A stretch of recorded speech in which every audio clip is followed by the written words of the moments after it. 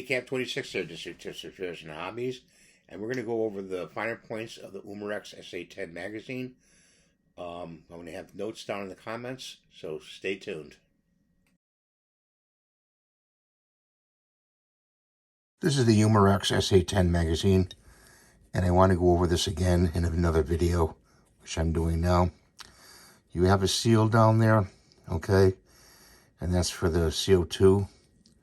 And what you want to do is you want to make sure you put silicone oil on that seal, on the nib of the CO2 cartridge.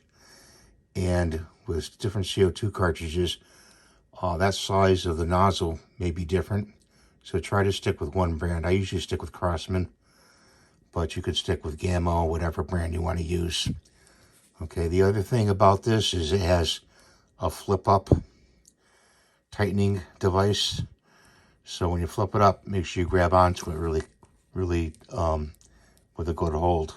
Or you'll lose it and you'll lose CO2. Okay.